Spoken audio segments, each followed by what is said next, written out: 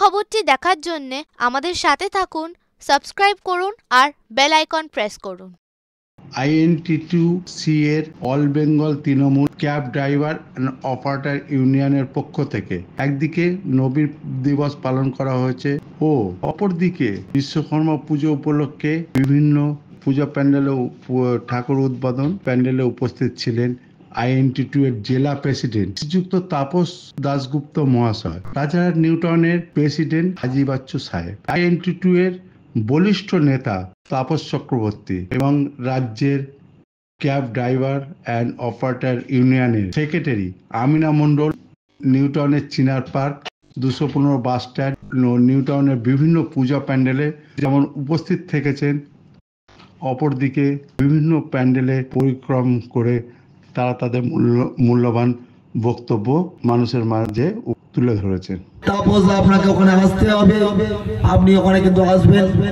আমি সেই মতো ওনার কথা না ফেলতে পেরে এখানে এসে উপস্থিত হয়েছি। আরো অনেক জায়গায় আজকে আমাদের উদ্বোধন আছে।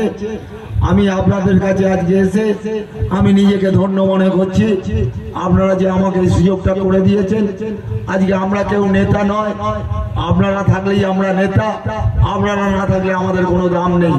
যারা আমার সামনে বসে আছেন তারা যদি আজকে না থাকতো আমাদের কোনো দাম থাকতো না। আমরা দুর্দিন থেকে আমি তৃণমূল কংগ্রেসটা করে এসেছি। যখন CPM এর রাজত্ব ছিল তার সাথে লড়াই করে তৃণমূল কংগ্রেসটা আমি করে এসেছি।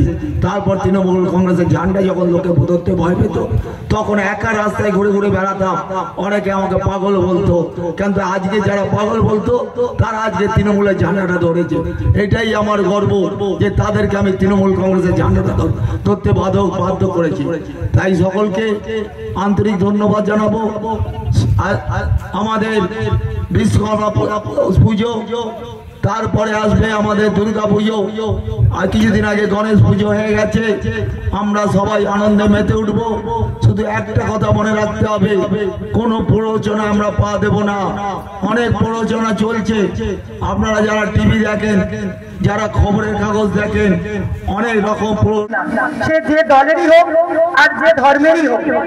আমি নিজে অনেকবার ওনার বাড়িতে গেছি, আমি সব সময় তার প্রমাণ পেয়েছি। সত্যি উনি একজন আদর্শবান ব্যক্তি। আমাদের হযরত মুহাম্মদ যেভাবে আদর্শ আমাদেরকে আমাদের হাদিস কোরআনে আছে, সত্যি কথা বলতে উনি হিন্দু ধর্মের একজন মানুষ, কিন্তু ওনার মধ্যে এত সুন্দর আদর্শ, আমাদের নবীজি যে আদর্শ আমাদেরকে দিয়েছেন সব ওনার মধ্যে পুরোটাই আছে। তো উনিও আমাদের মঞ্চে উপস্থিত আছেন। আশা করি